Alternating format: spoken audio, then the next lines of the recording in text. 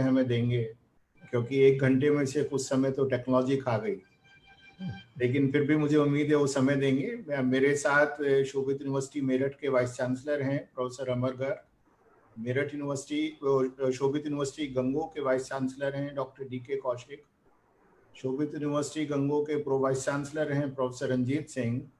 और जब आपके विषय में पता चला तो नॉर्थ कैरोलिना से प्रोफेसर रजत पवार ने USA से हमें ज्वाइन किया, क्योंकि वो आपको जानते रहे, सुनते रहे, समझते रहे। और उसके अलावा बहुत सारे लोग ऑनलाइन आपको देख रहे हैं, सुन रहे हैं। मेरा आपसे कभी भी मुलाकात नहीं हुई इस तरह से, लेकिन जब मैं सुनता हूँ ये टैग जो आपके नाम के आगे लगा है ना, जल पुरुष, तो एक संधि विच्छेद मेरे दिमाग में आती है। जल की संधि विच्छेद जब मैं करता हूँ तो ज से जीवन होता है और लय से लय होती है। तो जीवन की लय जो है वो जल में छिपी है, और उसे जो पुरुष है उसका पौरुष ही लेके आ सकता था। तो एक ऐसा पौरुषवान व्यक्ति जो इसने जीवन की लय को दोबारे से हम सबके बीच में उतार दिया, जिसे हम लोग ये समझ ही नहीं पा रहे थे कि ये जो जल है ये कहीं बाहर से, विदेश से नहीं आएगा, किसी और दुनिया से नहीं आएगा। और आप ही के शब्दों में यदि इसे कहूँ तो बादलों से खींच के इसे लाना पड़ेगा।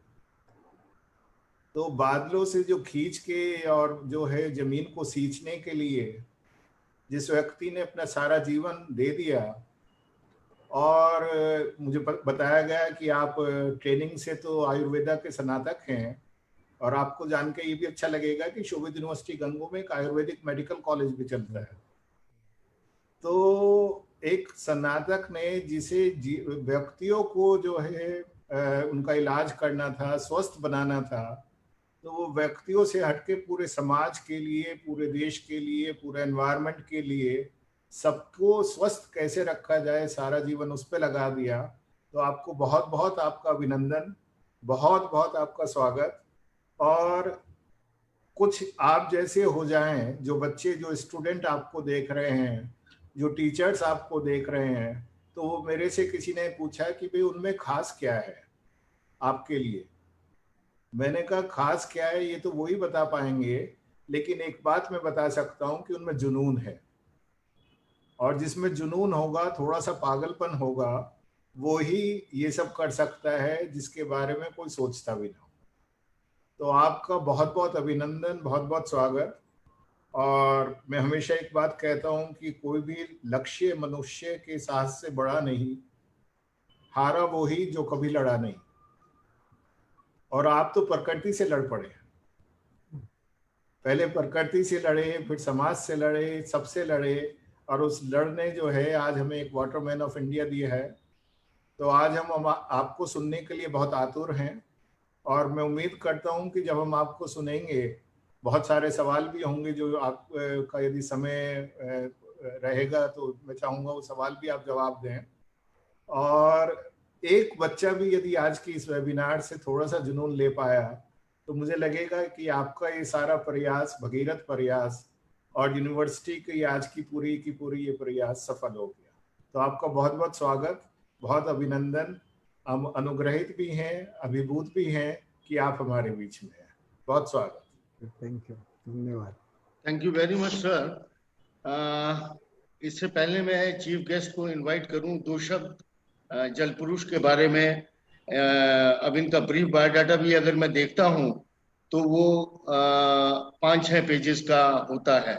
इतने अवार्ड्स और इतना इनका कंट्रीब्यूशन सोसाइटी के लिए, देश के लिए। डॉक्टर राजेंद्र सिंह, आप हमारे देश के लिए एक प्राइड हैं। डॉक्टर सिंह को मैं ब्रीफ में बता देता हूं कि he is a renowned river rejuvenator and environmentalist. By qualification, he is a Ayurvedic doctor. He started his career as a doctor. और जब मैंने इनका विकिपीडिया पे पूरा डिटेल देखा, गूगल बिल्कुल इंफॉर्मेशन से भरा हुआ है, lot of videos are there. तो उसमें डॉक्टर सिंह राजस्थान में जब गए तो इन्होंने वहाँ लोगों की सेवा, कुछ आयुर्वेदिक ट्रीटमेंट और शिक्षा, ऐसा इनके मन में भाव था। वहां से शुरुआत की, पर फिर ये इन्होंने सोचा कि पानी की समस्याएं हैं, लोगों ने इनको उस चीज के लिए बताया और इन्होंने अपने को चेंज कर लिया और पानी के लिए बहुत ज्यादा कंट्रीब्यूशन इन्होंने दिया। In short, he has he has been awarded honorable doctoral degree by the University of Agriculture Sciences, Dharwad, Karnataka in 2014, Purnia University, Jaipur in 2016, and by APJ Abdul Kalam Technical University, Lucknow in 2019. Dr. Singh has been awarded by several international awards, chiefly Raman Magsaysay Award in 2001 for community leadership, Jamnalal Bajaj Award for the use of science and technology for the rural development in 2005, and the Nobel Prize for Water, the Stockholm Water Award in 2015. He guardianed the name in the list of world's 50 people in 2008 who can save the planet Earth. इस title से इनका विश्व के 50 लोगों में नाम है. A person who can save the earth. He got Ahimsa Award 2018, Earth Repair Award 2019, and Prithvi Bhushan Award, and many more awards. He is a founder president of the Tarun Bharat Sangh. In 1975 he established, and Tarun Bharat Sangh के तहत अपने 44 साल के past experience में इन्होंने 11,800 water structures develop किए कराए उस एरिया में, and worldwide more than 1,200 villages in the country are now water secure. Communities which were water deprived and poverty stricken now have water as a result of their work. इन्होंने 12 नदियों को country में दोबारा से revive करा दिया. The effect of these work in that adaptation and mitigation of climate change, 10,000 square kilometer area he has सिंचित कर दिया, वहां खेती होने लगी, हरियाली आ गई. वाटर एथिकिया justice and the world peace tour के तहत इन्होंने करीब साउथ वेस्ट एशिया, अफ्रीका के 20-20 कंट्रीज में विजिट किया और वहां अपना काफी कंट्रीब्यूशन इन्होंने अपना दिया. Doctor Singh he respect all the religions and nature. He consider Neer, Nari and Nadi as a Narayan, as a god. Neer is a water, Nari is women, and Nadi rivers. इन तीनों को ये कहते हैं कि ये नारायण है, भगवान है. 1991 में डॉक्टर सिंह ने एक पिटीशन सुप्रीम कोर्ट में दाखिल की जिसमें अरावली हिल्स का सर्वाइवल और ये सब चीजें संभव हो सकी. Haryana, Rajasthan and Gujarat. The effect of this led to the protection of forest of India by awakening a new consciousness and extending the advisory process for the conservation of water and waterland, wild animals and forest dwellers. Dr. Singh has formed the 111 groups, constitution of rivers, parliament, and the Chalgram Sabhas he has established at different places. He has launched Seamless Ganga Water Literacy Tour and Water Ethics, Justice and World Peace in April 2015. Dr. Singh believed that water problems are such that they cannot be solved by science or technology alone. Water is climate and climate is water. That was his slogan. Dr. Singh is very hardworking, fully dedicated, true and very simple man who actively follow the path of Mahatma Gandhi ji. Doctor Singh, इन्हीं शब्दों के साथ मैं फिर आपका शोभित university का जो हमारा ये वेबिनार प्रोग्राम है, और इसमें हम चाहते हैं कि आपकी तरफ से हमें और सारे सुनने वालों को एक ऐसा आपकी तरफ से एडवाइस और शिक्षा मिले जिसको हम आने वाले समय में इम्प्लीमेंट कर सकें, और कोविड पैंडेमिक के बाद हमें क्या अच्छी प्रैक्टिसेस अडॉप्ट करनी होंगी उस बारे में आप हमें थोड़ा सा बताएं प्लीज। सबसे पहले शोभित विश्वविद्यालय के चांसलर और दोनों वाइस चांसलर प्रोफेसर रजत पवार और मित्रों, साथियों, विद्यार्थियों, शिक्षकों, बहुत अच्छा है कि आपने एक पॉजिटिव एस्पेक्ट से कुछ नया करने के लिए और नया समझने के लिए एक अच्छी पहल की है। सबसे पहले मैं आप सबको कॉन्ग्रेचुलेट करना चाहता हूँ, बधाई करना चाहता हूँ कि आप एक क्रिएटिव दृष्टि से इस दुनिया को और इस समाज को और इस देश को देखना चाहते हैं। मित्रों, कोविड-19 को समझना जरूरी है। कोविड-19 और corona SAC-1 in 2002 and SAC-2 2019, ये दोनों बार जिस देश से आया उस देश का एम्बिशन क्या है। वो देश दुनिया का इकोनॉमिक लीडर बनना चाहता है। तो जब अपने आप को कोई इकोनॉमिक लीडर बनाने के लिए, वर्ल्ड इकोनॉमिक लीडर बनाने के लिए काम करता है, तो उसकी ग्रीडीनेस, उसका लोभ लालच बहुत बढ़ जाता है। फिर वो दुनिया का शिकार करते हुए, दुनिया को शिकार करते हुए तनिक भी संकोच नहीं करता। इसलिए जिसने भी ये कोविड-19 पैदा किया और ये सृजित किया, उसके मन में economic profit, network, global network की लीडरशिप का सपना है। वो इस पूरी दुनिया का आर्थिक नेता बनना चाहता था, लेकिन नेचर ने न्याय किया। जो नेचर हमेशा न्याय करती है, वो बहुत क्रिएटिव है, बहुत पॉजिटिव है। तो नेचर ने क्या किया? नेचर ने जो दुनिया को शिकार बनाना चाहता था, उस नेचर ने सबसे पहले उसको शिकार बना दिया। समझिए आप मैं क्या कह रहा हूं?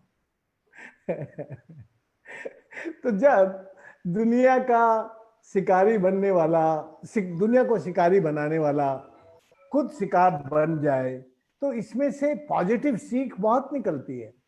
इसमें से रियली क्रिएटिव सीख निकलती है। इसमें से हमें जानने के लिए, समझने के लिए और हमारे व्यवहार में लाने के लिए बहुत कुछ है। दोस्तों, मैं कहना क्या चाहता हूं? मैं कहना ये चाहता हूं कि यदि हम इस प्लेनेट के सृजन के समय से देखें, तो ये जो प्लेनेट है, ये तो एक आग का गोला था और धीरे धीरे खरबों वर्ष में ठंडा होके मिट्टी बनी, धरती बनी, फिर उसमें नदियां बनी। ये पूरी हिस्ट्री है और ये सब एक तरह से महाविस्फोट है जब एक नया परिवर्तन होता है। मैं कोविड-19 को भी एक महाविस्फोट देखता हूं, एक वायरल वायर की तरह देखता हूं। ये इस प्लैनेट में एक वायरल वॉर, एक अलग तरह का महाविस्फोट है। लेकिन महाविस्फोट हमेशा कुछ नया सिखाता है, कुछ क्रिएटिव बताता है, कुछ नया सृजन करता है। तो हम कुछ 2-4 मामूली छोटी छोटी बातें इस कोविड-19 के जो पॉजिटिव एस्पेक्ट हैं, पहले उन पे चर्चा कर लें, फिर हमें आगे क्या करना है वो बातें करेंगे। दोस्तों, मैं पिछले 40 सालों से ये कह रहा था कि नेचर में बहुत शक्ति है। यदि हम नेचर को प्यार करना छोड़ देंगे, नेचर पे से हमारा विश्वास हट जाएगा, तो ये नेचर हमारे लिए संकट पैदा करेगी, क्योंकि नेचर की एंगरनेस बढ़ेगी और उस एंगरनेस में ड्राउट और फ्लड जैसे इंसिडेंट होंगे और फिर नेचर में कोई घटना होगी जो हमें त्रस्त करेगी। क्या घटना होगी ये मुझे बिल्कुल मालूम नहीं था, लेकिन मुझे ये लगता था कि जब इंसान एक तरह से एक एजुकेशन के उस दौर में हो जो एजुकेशन केवल और केवल एनक्रोचमेंट पढ़ाती हो, ओवर एक्सट्रैक्शन ऑफ नेचर पढ़ाती हो, तो उसमें से पॉल्यूशन इनबिल्ट हो जाता है। तो ये जो पिछले 200 वर्ष हैं जिसमें इंडस्ट्रियलाइजेशन बहुत जोरों से बढ़ा, पहले जिन देशों में बढ़ा उन देशों में दो विचारधाराएं बनी, एक समाजवाद और दूसरा पूंजीवाद। पूंजीवाद एक तरह से प्रॉफिट नेटवर्क का एक पुंज था। समाजवाद आइडियोलॉजिकली सबको साथ लेकर समता के साथ, बराबरी के साथ आगे जाना चाहता था। ये बात अलग है कि समाजवाद, आज का समाजवाद वो नहीं है जो समाजवाद की 200 वर्ष पहले डेफिनेशन थी। वो अब डेफिनेशन कंप्लीटली बदल गई है। अब समाजवाद भी इकोनॉमिक लीडरशिप में सबसे आगे जाना चाहता है, और इस बीमारी का जन्म वहीं से हुआ, उसी विचार में से पैदा हुआ। आप समझे मैं क्या कहने की कोशिश कर रहा हूं। इसलिए दोस्तों, ये जो परिस्थिति है, इस परिस्थिति को थोड़ा गहराई से जानने की जरूरत है। यदि हम इंडस्ट्रियलाइजेशन की हिस्ट्री को जाने तो इंडस्ट्रियलाइजेशन हमें केवल प्रॉफिट, लाभ पढ़ाता है। भारतीय इंडिजिनस नॉलेज सिस्टम में और इंडियन विजडम में केवल प्रॉफिट नहीं था, केवल लाभ नहीं था। लाभ से राइट साइड में शुभ लिखा जाता था, शुभ। और शुभ का मतलब होता है सुरक्षा, सनातन, ऐसी प्रोसेस जो कभी नष्ट ना होता हो, जो सदैव जीवित रहता हो। तो जो सनातन है वो हिंदू शब्द नहीं है, वो साइंस का शब्द है, वो रियल साइंस का शब्द है। रियल साइंस सनातन का मीन्स है, मायने है कि जो कभी क्षय ना होता हो, बिगड़ता ना हो, मरता ना हो, वैसा विकास, वैसा पुनर्जीवन। वो विकास नहीं कहलाता, वो पुनर्जीवन कहलाता है। सनातन शब्द हिंदुओं का इसलिए बन गया कि हिंदू पुनर्जीवन में विश्वास रखता है, इसलिए हिंदू कहने लगे कि सनातन हमारा शब्द है। ये बात थोड़ी कल्चरली समझने की, स्पिरिचुअली समझने की जरूरत है। इसलिए हिंदुओं के लिए सनातन अपना शब्द हुआ क्योंकि वो पुनर्जीवन में विश्वास करता है। दूसरे धर्म पुनर्जीवन में विश्वास नहीं करते, इसलिए उनका वो वर्ड नहीं बना। लेकिन सनातन सस्टेनेबिलिटी के मोर देन 1000 टाइम डीप है। जिस डेफिनेशन में हम सस्टेनेबिलिटी पढ़ते हैं, उस सस्टेनेबिलिटी से ज्यादा मीनिंगफुल है हिंदी का सनातन, क्योंकि सनातन में भारतीय आस्था और पर्यावरण की रक्षा छिपी है। और भारत के शास्त्रों में, वेदों में और उपनिषद में भारत जब तक अपने भगवान को पहचानता था, भारत का भगवान मंदिर नहीं थे, भारत का भगवान था भय से भूमि, गै से गगन, वैसे वायु, ऐसे अग्नि और नैसे नीर। ये जो 5 एलिमेंट है, ये जो पंच महाभूत हैं, इनको भारत के लोग मानते थे और इनके रक्षण में, संरक्षण में और इनके साथ जीते थे। इनको अपना निर्माता भी मानते थे और अपने जीवन के लिए इनको कैसे इनके साथ जीना, इस व्यवहार और संस्कार को मैंने एक शब्द दिया है, भारतीय आस्था पर्यावरण की रक्षा है। इसलिए दोस्तों, यदि हम ये समझें कि कोविड-19 ऐसे ही कोई घटना नहीं है, ये भले ही वायरल वार हो, किसी लेबोरेटरी में से आया हो और भले ही किसी मार्केट से आया हो, मैं इन दोनों का अर्थ एक ही समझता हूं। कोविड-19 भले ही मार्केट में आया हो और भले ही लेबोरेटरी से आया हो, वॉर के लिए आया हो, लेकिन दोनों के पीछे लालच है, दोनों के पीछे प्रॉफिट है, दोनों के पीछे ग्रीडीनेस है। दोस्तों, इस ग्रीडीनेस से यदि हम बचना चाहते हैं तो कोविड-19 ही सिखा सकता है। केवल कोविड-19 हमें यह सीख देता है। सबसे पहले इस बात को पहले भारत के उपनिषदों वेदों में थी, लेकिन उसके बाद चार्ल्स ने डार्विन ने कहा कि इस नेचर में वही सरवाइव करेगा जो इस नेचर के अनुकूल परिवर्तन अपने जीवन में परिवर्तन करके अनुकूलन से जिएगा। इस नेचर की सर्वाइवल हमारी एक तरह से इस प्रकृति के साथ अनुकूलन करने की थी। लेकिन जो भारत इस प्रकृति के अनुकूलन का दुनिया का गुरु था, ग्लोबल टीचर था, जो दुनिया को सिखाने वाला देश था, जो भारत देश पानी के मामले में दुनिया में कहीं भी 6R नहीं है वाटर के बारे में, लेकिन इंडिया के कैरेक्टर में वाटर के 6R थे। पहला था रेस्पेक्ट ऑफ वाटर। मेरे घर कोई भी गेस्ट आए तो मैं उसको वाइन से रेस्पेक्ट नहीं करता। यूरोप और अमेरिका आप चले जाइए, वहां जब कोई गेस्ट आता है तो आप जानते हैं कैसे वो रेस्पेक्ट करते हैं। इंडिया अभी भी पानी से रेस्पेक्ट करता है, पानी से अपने गेस्ट की रेस्पेक्ट करता है और पानी की रेस्पेक्ट करता है। Reduce use of water. दोस्तों, मैं जब 10 साल का था, मुझे अभी भी याद आ रही है आज, मैं अपने आंगन में गेंद से खेल रहा था। मेरे दादा जब मैं खेलने लगा तो उनकी खाट और उस खाट के ऊपर एक मटकी, पानी की मिट्टी की मटकी रखी थी उस तिपही पे। मैं थोड़ा लापरवाह और खेलने का बड़ा शौकीन था बचपन में। मैंने दादा की मटकी का ख्याल नहीं रखा। मेरी गेंद मेरे दादा की मटकी में लग गई और मटकी लुढ़क के धरती पे गिर गई और मटकी फूट गई। मेरा दादा जो मुझे अत्यंत प्यार करता था, उसके शब्द सुन लीजिए। क्या बोला? राजेंद्र, तैने जितना पानी बर्बाद किया है, इतनी तेरी उम्र कम हो गई।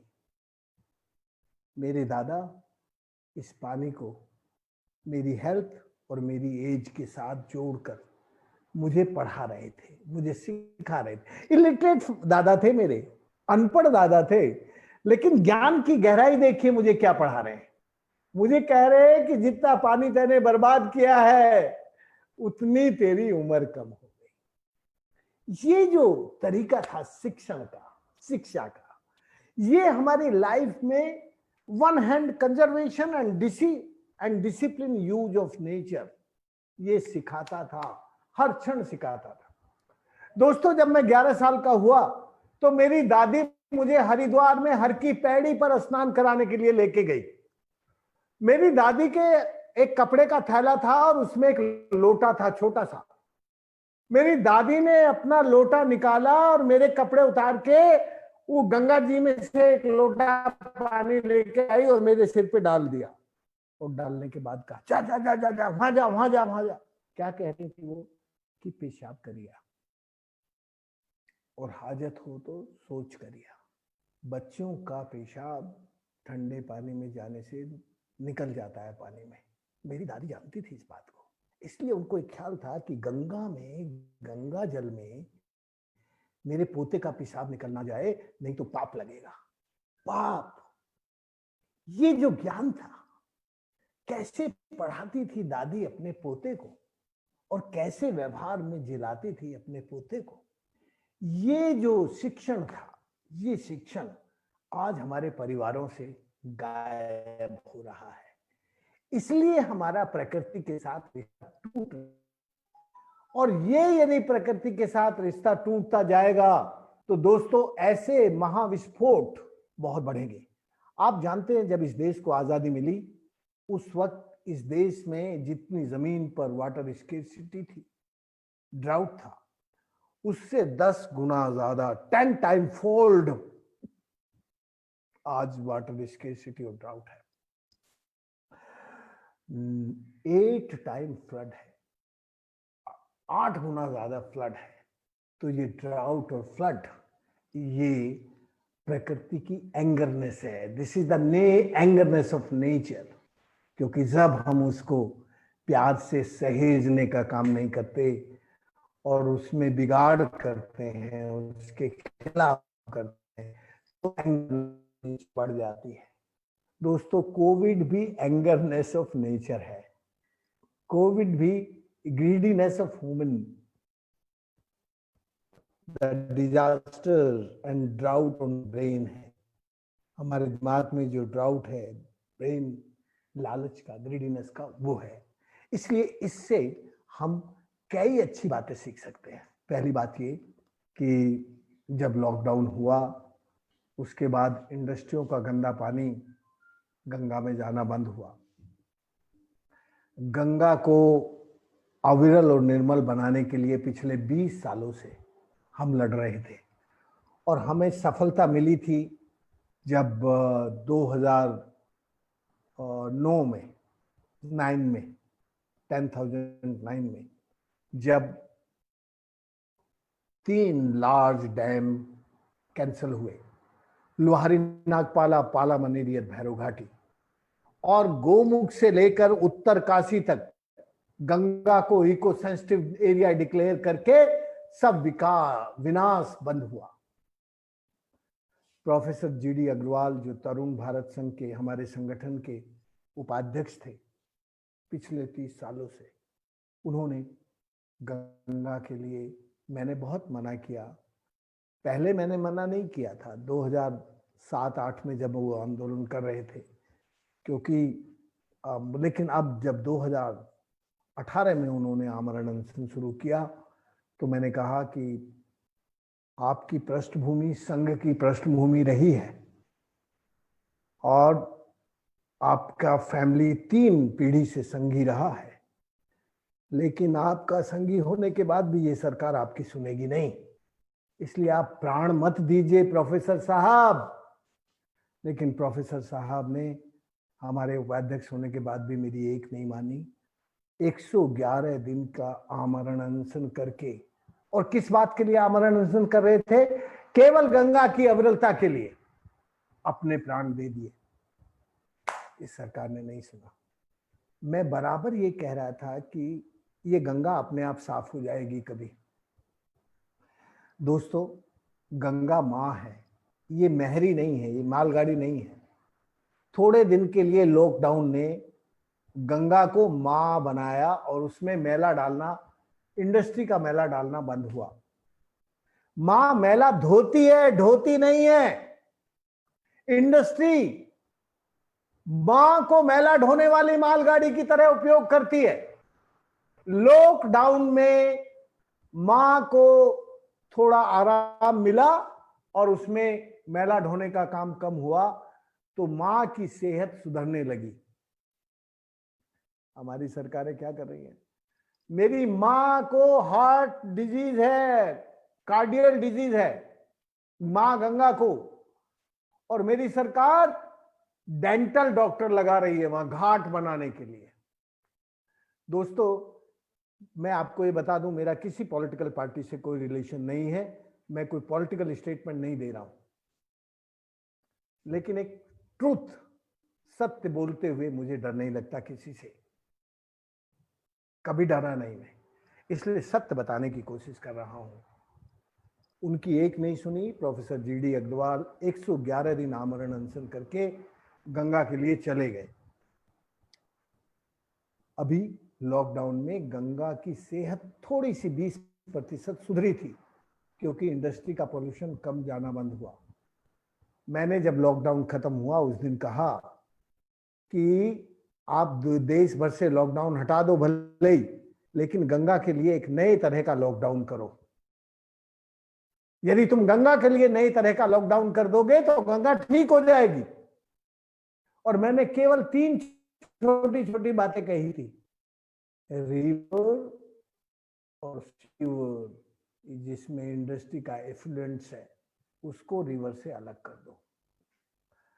ये जो रोज हम अस्थि विसर्जन करते हैं गंगा में, उसके लिए केवल 8 दिन में एक दिन सोमवार कर दो। लॉकडाउन में 3 महीने तक नहीं आए ना अस्थि विसर्जन करने, और उन्होंने कहा था आप केवल 4 दिन का रेस्ट दे दो, एक दिन अस्थि विसर्जन कर दो, 2 दिन गंगा में स्नान और पूजा के लिए छोड़ दो, और 4 दिन मेरी माँ को थोड़ा आराम करने दो, तो शायद मेरी माँ को आराम मिलेगा, गंगा को तो ठीक हो जाएगी। लेकिन इस सरकार ने तनिक नहीं सुनी। दोस्तों, ये सरकारें, ये जो सरकार है, ये केवल और केवल कॉरपोरेट की सुनती है, तुम्हारी यूनिवर्सिटी की भी नहीं सुनेगी। वो तुम्हारी यूनिवर्सिटी इतना अच्छा बात कर रही है, तुम्हारी यूनिवर्सिटी कुछ अच्छा करना चाहती है, इसकी भी नहीं सुनेगी। ये लिख लेना, मैं बता रहा हूं आपसे। लेकिन मैं तो ईमानदारी से बोलूंगा। मैं इतना बता दूं, मेरा किसी कोई पॉलिटिकल पार्टी से कोई रिश्ता नहीं है, लेकिन राजनीतिक बात करते हुए मैं डरता नहीं हूं। मैं किसी दलगत राजनीति में नहीं हूं, किसी दल के साथ मेरा कोई रिश्ता नहीं है, लेकिन मैं इस भारत का नागरिक हूं। इसलिए यदि गंगा की राजनीति में मुझे बोलना पड़ेगा, यदि पानी की राजनीति में बोलना पड़ेगा तो बोलूंगा। दोस्तों, मैंने लिख के दिया कि गंगा को लॉकडाउन कर दो भाई, नहीं किया। ये कोविड से नहीं सीखेगी सरकार।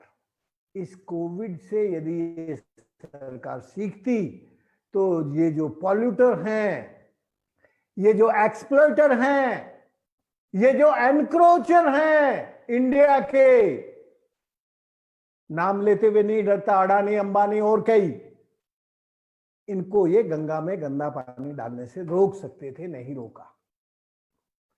इसलिए दोस्तों, सोवियत यूनिवर्सिटी यदि कॉर्पोरेट होती तो शायद कोई आदमी सुन लेता और एक आधी बात मान लेता, लिख देता। अब सोवियत यूनिवर्सिटी है, लोग समाज की अच्छे काम करने की तो भाई नहीं सुनेंगे वो। तो मैं कहना क्या चाहता हूं वो सुन लो जरा। मैं कहना ये चाहता हूं कि हम यदि इस देश का भविष्य अच्छा चाहते हैं तो हमें natural rural economy of India को, इंडिया ग्रामों का गणराज्य है, इसलिए इंडिया के गांवों की इकोनॉमी को, नेचुरल इकोनॉमी को स्ट्रेंथन करना चाहिए, जिससे इस देश का किसान, जवान, इस देश का युवा अपने गांव में, अपने खेती में, अपने पानी में रोजगार ले सके। दोस्तों, मैं एक मामूली आदमी हूं। एक मामूली आदमी ने राजस्थान में, कर्नाटक में, महाराष्ट्र में 1200 गांव को सेल्फ रिलायंट बनाया। मेरे पास ना कोई पैसा था, ना मेरे पास कोई अथॉरिटी थी। कैसे बनाया? मैंने अपनी कम्युनिटी से सीखा, उनके साथ रहा, उनको हर महीने अमावस्या के दिन ग्राम सभा करना शुरू कराया।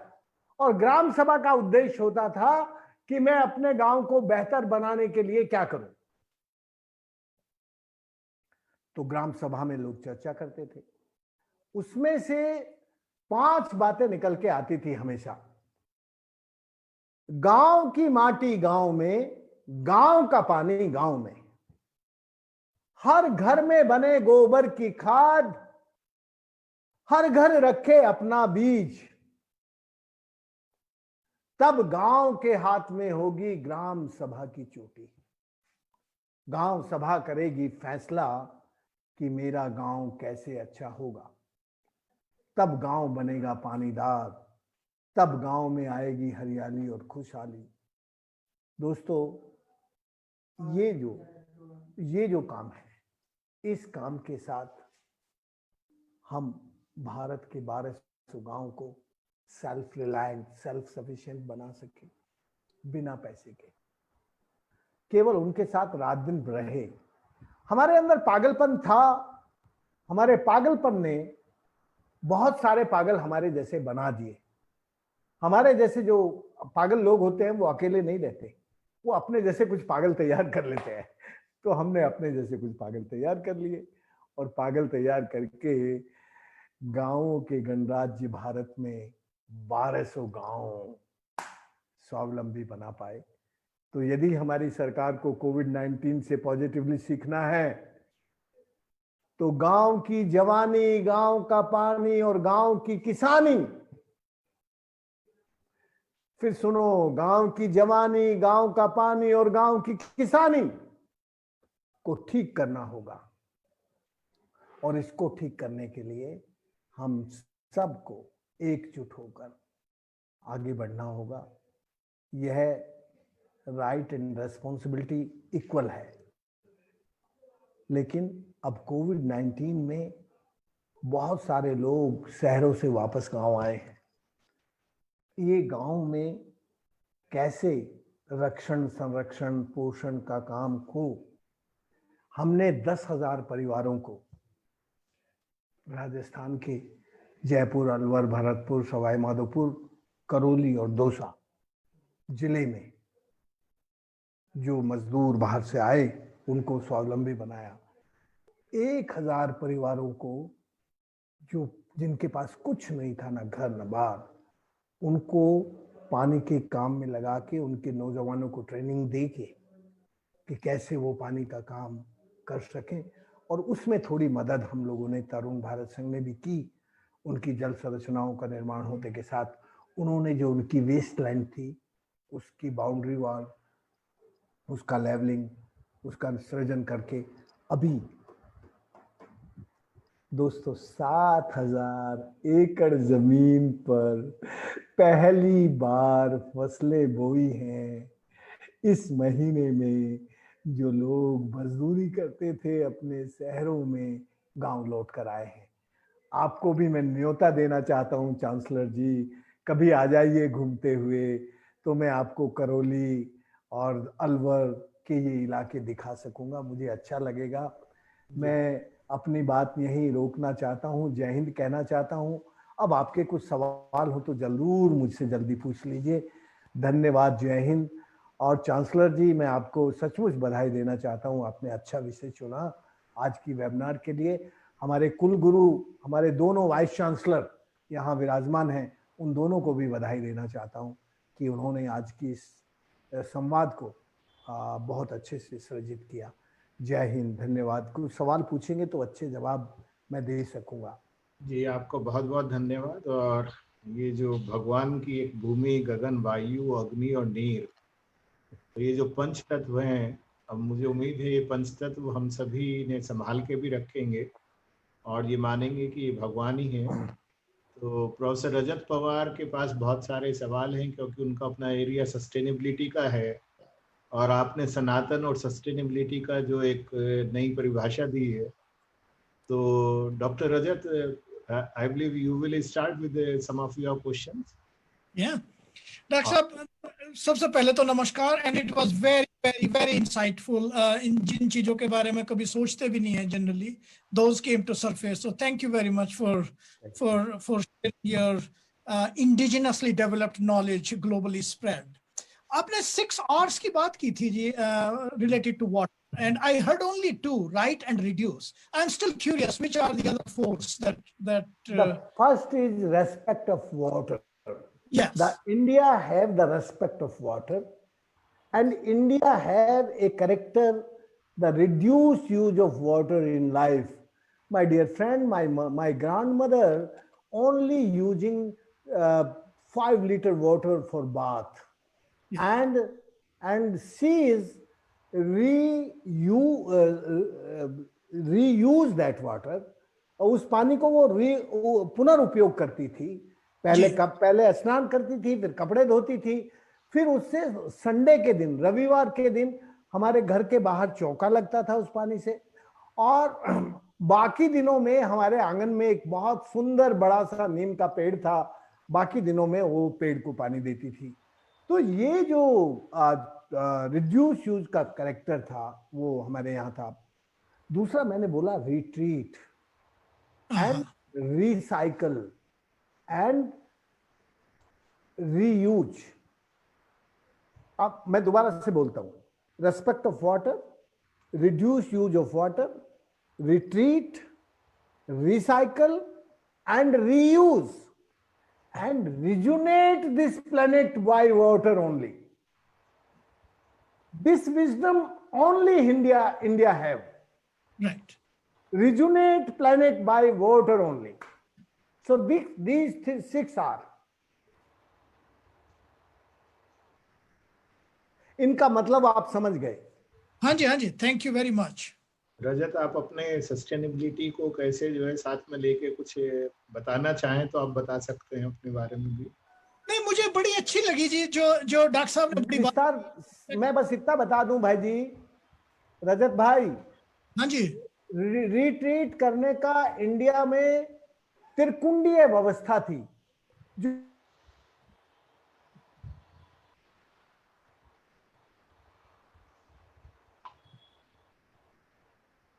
ऊपर का कुंड में वो पानी इकट्ठा होता था, उसका ऑर्डर और उसकी सारी चीजें उसमें बैठ जाती थी, या फिर जो ऊपर रह जाती थी उनको हटा देते थे. फिर उसके नीचे एक कुंड होता था, दूसरा वो दूसरे कुंड में थोड़ा ठहरता था और उसका जो सेडिमेंटेशन था, जो भी उसमें कुछ था, वो बैठ जाता था.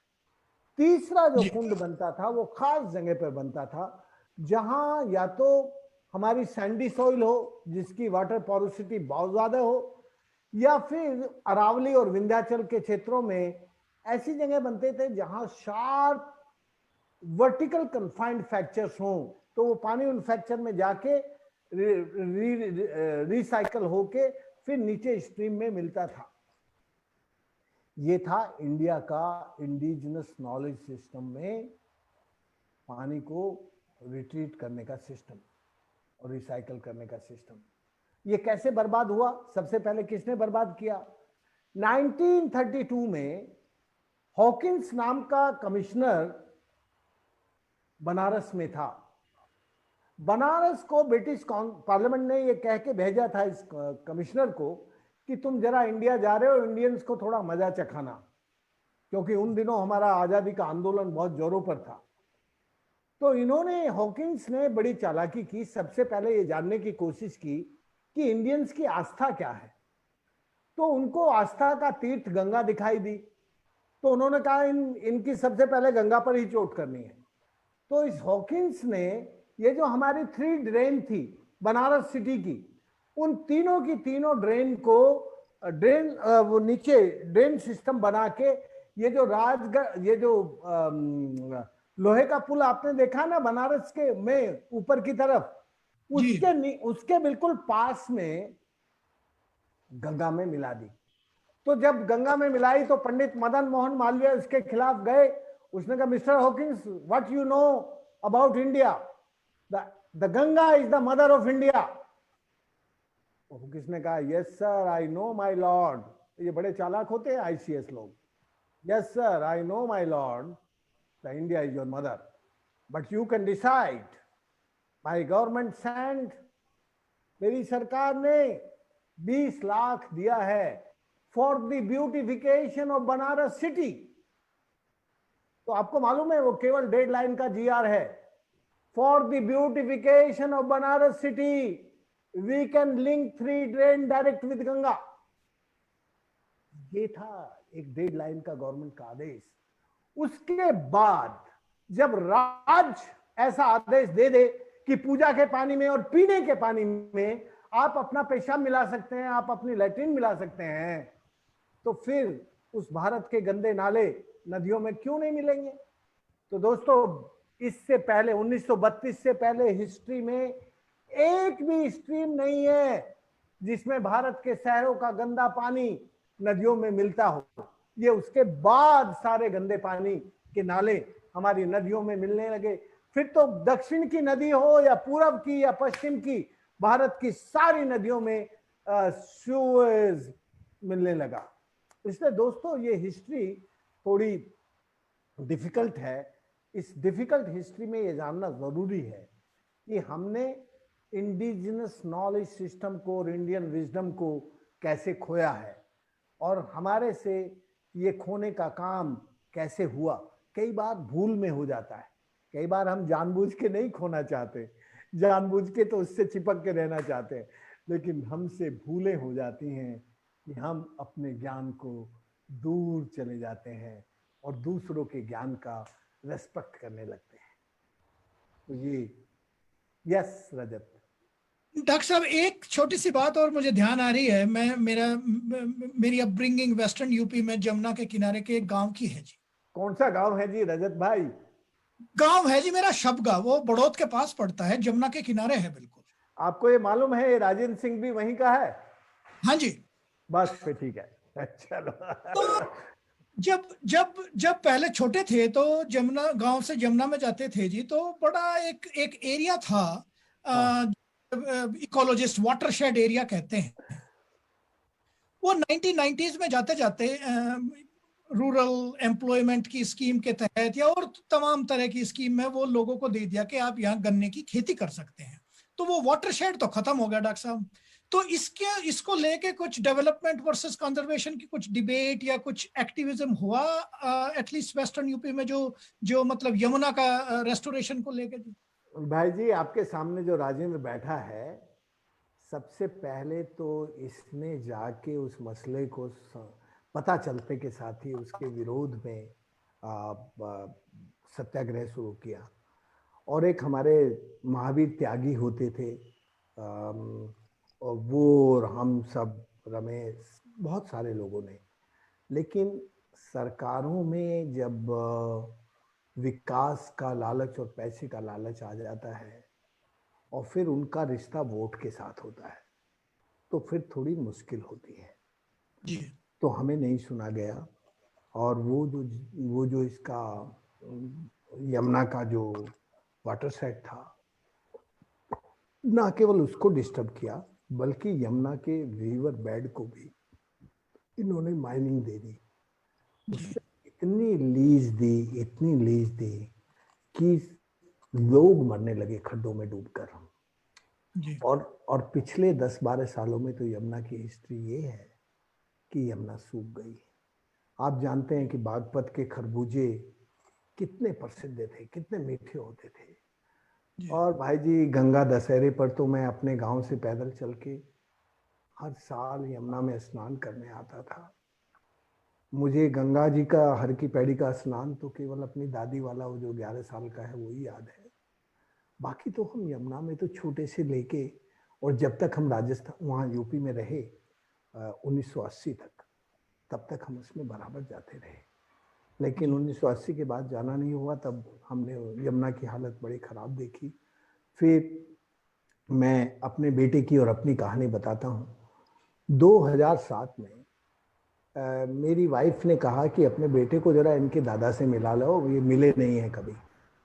तो मेरा बेटा तब तक जवान हो गया था और वो ये जो श्री राम केमिकल है उसमें उनका फाइनेंस मैनेजर हो गया था। तो मैं उसको अपने गांव, मेरे गांव का नाम है डोला, तो मैं उसको ये जो वजीराबाद पुल है इससे क्रॉस कर रहा था। तो मेरे बेटे ने पता क्या सवाल पूछा मुझसे, पापा आपको दुनिया में रिवर रिजुनेटर कहते हैं और आपकी यमुना तो बिल्कुल गंदा नाला पड़ी है, तो आपने अपनी नदी के लिए कुछ क्यों नहीं किया? आप यहाँ से सब छोड़ के राजस्थान क्यों चले गए? तो मैंने अपने बेटे को जवाब नहीं दिया। मैंने कहा बेटा ये सवाल तो जब पूछना, पहले अभी दादा के पास चलते हैं, 3 दिन का प्लान है दादा के साथ रहने का, जब वापस आएंगे तब इस सवाल का जवाब दूंगा। हम दादा के साथ रहे वगैरह वगैरह। उसने फिर मुझे याद दिलाया कि मेरे सवाल का जवाब मुझे नहीं मिला है। मैंने कहा तब तक मैंने 5 नदियों को रिजुनेट कर लिया था, अरवरी, रूपारेल, सरसा, भगानी, जहाजवाली। मैंने कहा बेटा मेरी छोटी सी औकात है और मैंने इस छोटी सी औकात में भारत की भूमि पर 5 नदियों को पुनर्जीवित किया है। यमुना बड़ी नदी है, यहाँ बड़े लोग रहते हैं, यहाँ मैं इसको भी रिजुनेट कर सकता था, लेकिन मैं अब यहाँ इसके किनारे रहता नहीं हूँ, तो इसके लिए थोड़ी मुझे मुश्किल है। पर ये सवाल पूछने का हक तुझे जब होगा जब तू अपनी ये बड़ी पैकेज वाली, लाखों के पैकेज वाली नौकरी छोड़ के और तू कुछ एक आधा काम गांव में जाके कर लेगा, तब ये सवाल पूछने का तुझे हक है अपने बाप से। जिसने कुछ किया ही ना हो, जो केवल पैकेज की लाइफ जी रहा हो, उसको ये सवाल पूछने का नहीं है। दोस्त रजत, मेरे इस जवाब का असर ये था कि अगले 6 महीने में मेरे बेटे ने रिजाइन किया और आजकल वो मेरे साथ मेरे काम में जुटा है। बस इतना सुनाना चाहता हूं कि कभी कभी ये जो रियलाइजेशन है और इंटरलाइजेशन है, आदमी के चरित्र का असर बिना शब्दों के हो जाता है। जब वो देख लेता है तो हो जाता है। तो बस आजकल वो इस प्रकृति के क्लाइमेट चेंज अडेप्टेशन के काम में ही लगा है। जी। मैं इतना ही कहना चाहता हूं कि हमें अभी भी वक्त है यमुना के लिए लड़ने का, यमुना के लिए सत्याग्रह करने का, यमुना के लिए काम करने का। आप देखेंगे कि यमुना की गंदगी यमुना नगर से शुरू होती है। ये जो हथनी कुंड है, हथनी कुंड में 90% पानी वो हरियाणा में ले लेते हैं। 10% पानी में 2 राज्य बचते हैं, थोड़ा दिल्ली और थोड़ा यूपी। तो उसमें से 10% में तो ना यूपी का काम पूरा होता है। आजकल यूपी की पूर्वी यमुना नहर सूखी पड़ी रहती है और पूर्वी यमुना नहर में भी गंगा नहर से पानी आता है। तो अब तो सब ट्रेंड बदल गया, लेकिन यमुना के लिए लड़ने और करने की जरूरत है। रजत भाई, आप थोड़े दिन भारत आ जाए अपनी नौकरी फोकरी छोड़ के, तो मैं भी तुम्हारे साथ लग जाऊंगा। चलिए, ये कोई बहुत अच्छा मोटिवेशन है रजत के लिए भी। बहुत सारे लोग जो साथ में जुड़े हैं, कुछ सवाल पर्सनली भी भेज रहे हैं। इससे पहले में प्रोफेसर एपी गर्ग हमारे मेरठ यूनिवर्सिटी कैंपस के वाइस चांसलर हैं, माइक्रोबायोलॉजिस्ट हैं जी। और पानी और माइक्रोब्स का बहुत क्लोज का रिश्ता रहा है जब उनकी हम सफाई की बात करते हैं। तो डॉक्टर साहब, if you have any question to doctor Rajendra Singh, ठीक है, we have to be brief, क्योंकि मैं चाहता हूँ कुछ क्वेश्चन हम बाद में औरों से भी ले लें। जी, मेरा खाली एक कमेंट है और मैं सबको बताना भी चाहता हूँ, डॉक्टर राजेंद्र सिंह जी को बताना चाहता हूँ। मैं इस बार इंडियन साइंस कांग्रेस का एनवायरमेंटल साइंस सेक्शन का सेक्शनल प्रेसिडेंट भी हूँ और हमने इस बार 2 उसमें सिंपोजियम रखे हैं। पहला हमारा सिंपोजियम ये है राइट्स ऑफ नेचर। और राइट्स, हम अपने राइट्स की तो बहुत बात करते हैं, लेकिन जब तक हम नेचर को राइट्स उसको नहीं देंगे तब तक कुछ नहीं होगा। और राइट्स ऑफ नेचर में हम लोगों ने डिसाइड किया है कि इस बार healthy air, healthy water and healthy soil, जब तक ये नहीं होंगी तब तक हमें कुछ भी नहीं मिलेगा। और मैं इंडियन साइंस कांग्रेस की ओर से आपको इनविटेशन भी देता हूँ। 3 जनवरी से लेकर के 7 जनवरी तक हमारी ये कांग्रेस होगी और प्रधानमंत्री जी इसका उद्घाटन करते हैं। और एज सेक्शनल प्रेसिडेंट मैं आपको उसमें इनवाइट भी करना चाहता हूँ, क्योंकि आपका जो पूरा भाषण है मैंने लिखा भी है और इसको मैं एक ब्रीफ भी बनाऊंगा। और जो मैं समझाऊं कि सबसे बड़ी जो हमारे ऊपर चोट की गई वो 1932 का जो आपने इंस्टांस दिया है, वहीं से हमारे पूरे देश को, क्योंकि आपको किसी की भी संस्कृति बिगाड़नी, संस्कृति बिगाड़ दीजिए उस देश की, आस्था बिगाड़ दीजिए उस देश की, तो फिर उस देश में कुछ भी नहीं बचेगा। इसी तरह से हमारे देश का नाम जब भारतवर्ष था तो भारत का नाम इंडिया रख दिया, नाम हमारा चेंज कर दिया। इधर से हमारा जो है ये जो हमारी गंगा माँ थी उसके अंदर गंदा पानी और गंदा नाला और ये सब चीज डालनी शुरू कर दी। और let us all fight for the purification of the Ganga. मैं तो उससे पहले आपके आने से पहले कह चुका था कि हम एनवायरमेंटलिस्ट का ये कहना भी है कि पूरी साल में 1 महीने के लिए पूरे वर्ल्ड को लॉकडाउन किया जाना चाहिए। पूरा वर्ल्ड लॉकडाउन 1 महीने के लिए होगा तो ये नेचर जो है अपने आप प्योरिफिकेशन होती रहेगी। और आप इसको नहीं करेंगे तो कोविड लाइक जो वायरस हैं ये आते ही रहेंगे, क्योंकि ये तो नेचर में आप डिस्टर्ब करेंगे तो नेचर भी रिएक्शन करेगी। डॉक्टर साहब का कोई कमेंट मैं चाहूंगा यदि नहीं, मैं इससे सहमत हूँ जी। चलिए, ये उनका व्यक्तिगत विचार भी हो सकता है, एज ए वाइस चांसलर भी हो सकता है, क्योंकि एकेडमिशियंस का काम ही आउट ऑफ द बॉक्स सोचने का है। हमारे साथ डॉक्टर DK कौशिक हैं। आप इलेक्ट्रॉनिक्स और फिजिक्स के आदमी हैं जो वाइस चांसलर हैं शोभित यूनिवर्सिटी गंगो के। डॉक्टर साहब जी कहना चाहता हूं सर जी, पॉजिटिव इफेक्ट तो इसका बहुत अच्छा है कि एनवायरनमेंट तो चेंज हुआ है, बच्चा अच्छा हुआ है। जो NCR रीजन में जो इसका पोल्यूशन जो गड़बड़ा रहा था वो तो कुछ काफी इम्प्रूव तो हुआ है, लेकिन इसको आगे हम कैसे कैसे उसे रखेंगे इसी तरीके से। अब लॉकडाउन करने का कोई वो तो है नहीं। लॉकडाउन करने का मतलब है कि इकोनॉमी खराब होगी, बाकी और सिस्टम्स में भी खराब होगा। सारी चीजें खराब हो जाने के बाद वो हम कैसे इसको एनवायरमेंट को कैसे उसको हम ये करेंगे, ये मेरा कहने का। हम पहुंच गए हैं, सर बहुत संभावनाएं, हम वहां पहुंच गए हैं, वहां भी बहुत संभावनाएं हैं हमें अब स्थिति को सुधारने की। लेकिन हम कोविड-19 से यदि एक सीख ले लें कि देखो, जब तुम नेचर को आराम देते हो तो नेचर अपने आप हेल्दी हो जाती है। अभी ये सीख कोई लेने को तैयार नहीं है। अभी हम जब भी इस सीख को देने की बात करते हैं तो फिर उसकी जो ग्रीडीनेस है, मैं नीड नहीं कह रहा हूं, नीड तो सबकी है, वो पूरी होनी चाहिए। इस नेचर में सबकी नीड पूरी करने की क्षमता है, लेकिन एक भी आदमी की ग्रीड को पूरा करने की क्षमता नहीं है। इसलिए हम इस नेचर से अपने जीवन की जरूरतों को पूरा करने के लिए जरूर उत्पादन करें। और उस लॉकडाउन का कैरेक्टर ऐसा नहीं होना चाहिए जैसा अब था। अब तो कर्फ्यू था, ये ठीक है। वो जो लॉकडाउन हो उसका कैरेक्टर बिल्कुल अलग हो। वो केवल पॉल्यूटर, एक्सप्लॉइटर और एनक्रोचर को कंट्रोल करने का हो। ठीक है, आप समझ गए मेरा प्रिंसिपल? ठीक है। मैंने बहुत सिंपल लैंग्वेज में कहा सर। आप तो कुल गुरु हैं, कुल गुरु के सामने, लेकिन कुल गुरु जी आप एक बात समझ लीजिए कि मैं लॉकडाउन चाहता हूं, लेकिन लॉकडाउन चाहता हूं not at the cost of encroacher, polluter और एक्सप्लॉइटर के खिलाफ। बस जो हमारे समुद्रों पे कब्जा कर रहे हैं, हमारे पहाड़ों पे कब्जा कर रहे हैं, ये सब new encroachment of common property of India है। और जो हमारी नदियों को पॉल्यूट कर रहे हैं, पूरा नदियों में फ्लो डाल देते हैं और फिर पानी को एक्सप्लॉइट कर रहे हैं, सारा पानी निकाल लेते हैं इंडस्ट्री के लिए।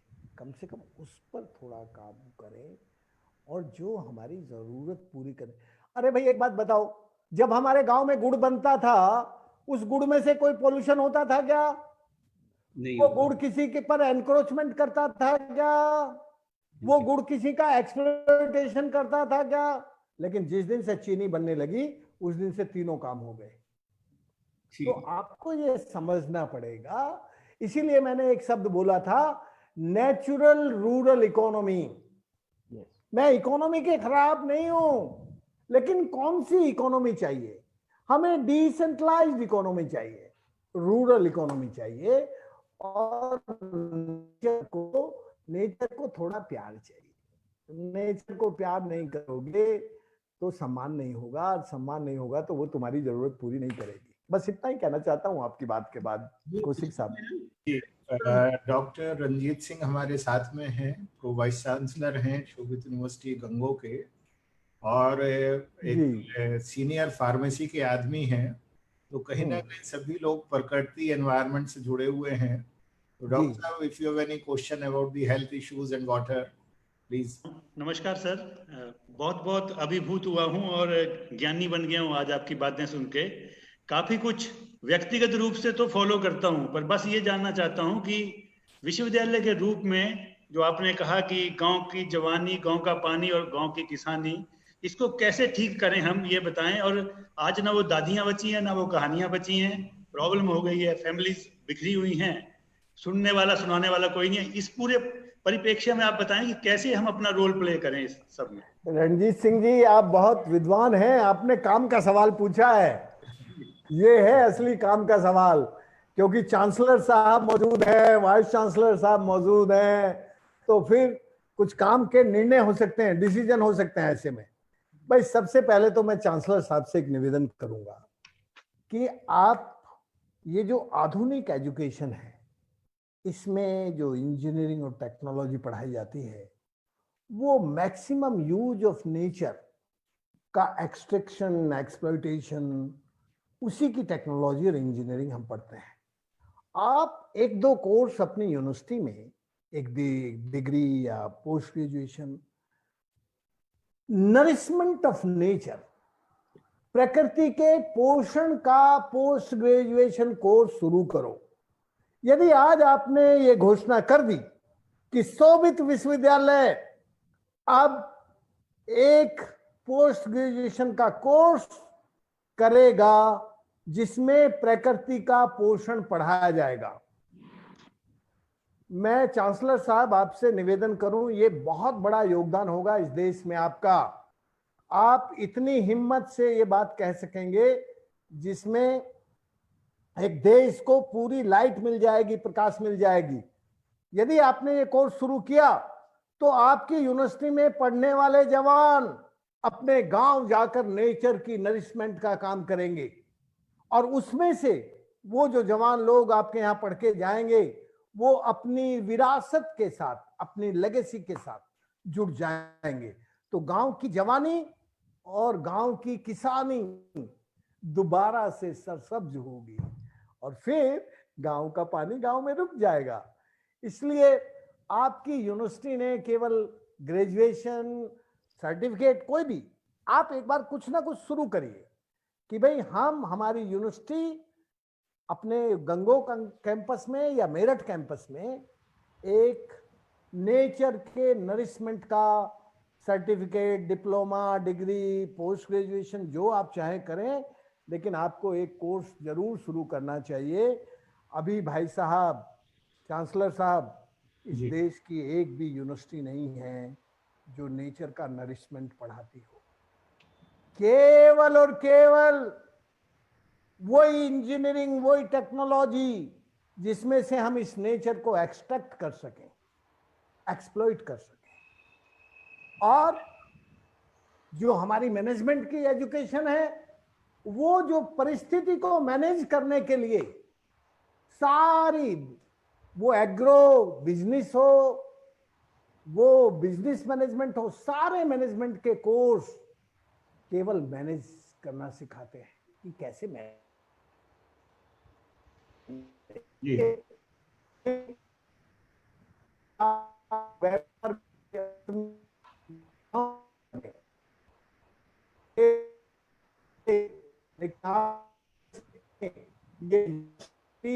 एक प्रकृति के पोषण का शुरू करेगी तो दोस्तों बहुत अच्छा होगा, ये बड़ा योगदान होगा। आपकी यूनिवर्सिटी में अच्छे लोग हैं, इन अच्छे लोगों को कोर्स बनाने के लिए लगाओ, और फिर फाइनली एक दिन के लिए मुझे बुला लेना, फिर मैं भी आपकी मदद करने के लिए आऊंगा। यूनिवर्सिटी का कोर्स होगा तो बस मैं आज तो भाई रंजीत सिंह जी, आप बहुत होशियार हैं, आपने दिल की बात कहलवा दी मुझसे। मैं अभी जो बात डॉक्टर राजेंद्र सिंह जी कह रहे थे, मैं बताना चाहूँगा कि शोभित यूनिवर्सिटी में जहाँ मॉडर्न एजुकेशन पढ़ाई जा रही है, वहाँ पर सेंटर फॉर स्पिरिचुअलिटी भी है, अध्यात्म की बात भी है, क्योंकि जहाँ अध्यात्म है वहाँ देने की बात आ जाती है। सिर्फ लेना नहीं है, देना भी है समाज को। और आपके अंदर, मैं हमेशा ये कहता हूँ, जो भी व्यक्ति समाज का ट्रस्टी हो जाता है, जो समाज के लिए चिंता करने लगता है, तो वो समाज का न्यासी हो जाता है, सन्यासी हो जाता है। तो मैं आपके अंदर उस सन्यासी को देख रहा हूँ, और मैं जानता हूँ ये अभी लाइव भी है, फेसबुक पर भी लाइव है, बहुत सारे लोग इसे देख रहे हैं, सैकड़ों लोग इसे देख रहे हैं, और ये हमेशा उस पर रहने वाला है। जो अभी आपने बात कही नरिशमेंट ऑफ नेचर की, तो मैं यही अनाउंस कर देता हूँ, इस यूनिवर्सिटी में सबसे अच्छा ये है कि यहाँ सब बातें साथ साथ हो जाती हैं। हम एक centre for nourishment of nature establish करेंगे, और जिसका पहला honorary chairman doctor Rajendra Singh होंगे। अब वो उसमें कितना समय दे पाएंगे ये उनके ऊपर है, लेकिन उसके first honorary chairman doctor Rajendra Singh होंगे। शोभित यूनिवर्सिटी गंगो में उसे बनाया जाएगा, क्योंकि गंगो मेरा नेटिव प्लेस है, जो मेरा ओरिजिनल प्लेस है वो गंगो है। और आप पश्चिमी उत्तर प्रदेश छोड़ के राजस्थान कर्म के लिए गए, मैं दिल्ली से गंगो वापस अपनी कर्म भूमि और जन्मभूमि पे गया। तो centre for nourishment of nature Shobhit university गंगो स्टेब्लिश करेगी।